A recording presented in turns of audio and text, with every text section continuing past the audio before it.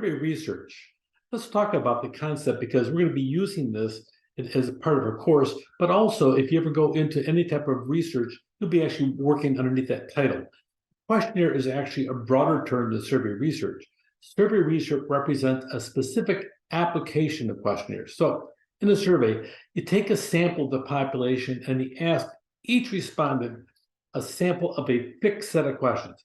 I have a question, and you go through your list of questions, you ask each one of them.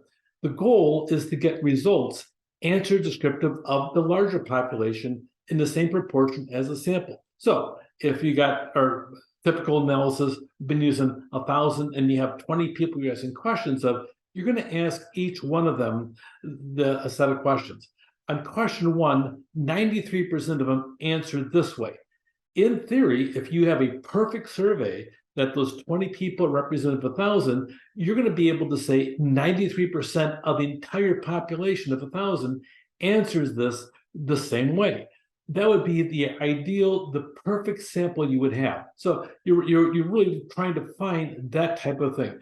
You can also come up with 93% of the population answers it this way with a 5% variance, which would mean 98 all the way to 88. So 88 to 97, you have the same type of aspect of it when you have that range because you have a 5% variance of confidence. So here's an example. If 50% of the sample would visit Best Buy when it's purchasing Wi-Fi Netgear, if that was a good sample, then you would be able to say 57% of the millions of customers in the market for Wi-Fi gear would be expected to shop Best Buy, plus or minus whatever percentage that is. So you have that aspect of it. That would be the ideal situation. You'd be able to say 57% plus your margin of error.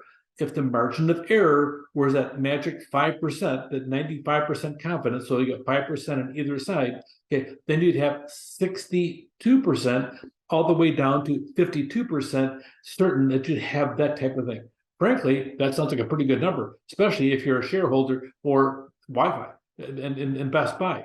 For example, if a brokerage firm conducted a survey and the sample gave an important rating of 7.5 to timely execution and 5.2 ability to trade futures, then the brokerage firm would be expected to place importance on timely execution. That ends up that they get rounded up and say, you have that many people interested in that, so you're looking for different aspects of it. Data collection takes many different formats. The researcher's goal is to maximize the responses.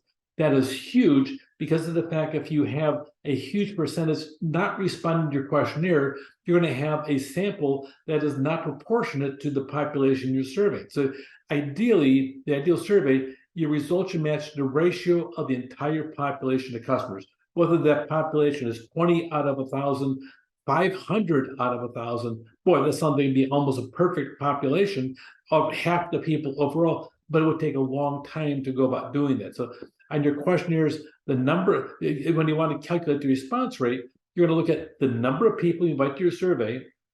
It could be a census where you're asking everyone in your audience or a sample where you invite a portion of the people, or to compare to the number of responses. So you're looking on calculating the response rate, number of invites, and you find how many responses you have overall, and then you have a calculation. You're going to look at pretty much the rate response is going to be the number of responses divided by the number of invites.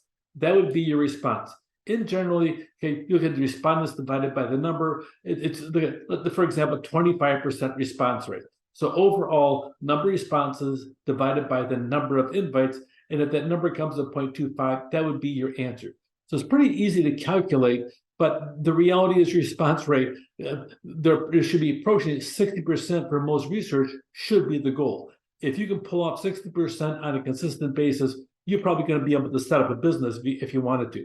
So if we display an answer that's statistically significant, it means the difference between the two groups, the whole population and your sample population, less than 5% recurred by chance or error, we often display it as P is less than 0.05 or 5%. That would be the minimum response rate. So the lower the standard of your standard deviation, the better the responses. So if you keep that number down, okay, using this whole aspect of response rate equals number of responses by number of invites, you're doing really good in your survey research process. Take care.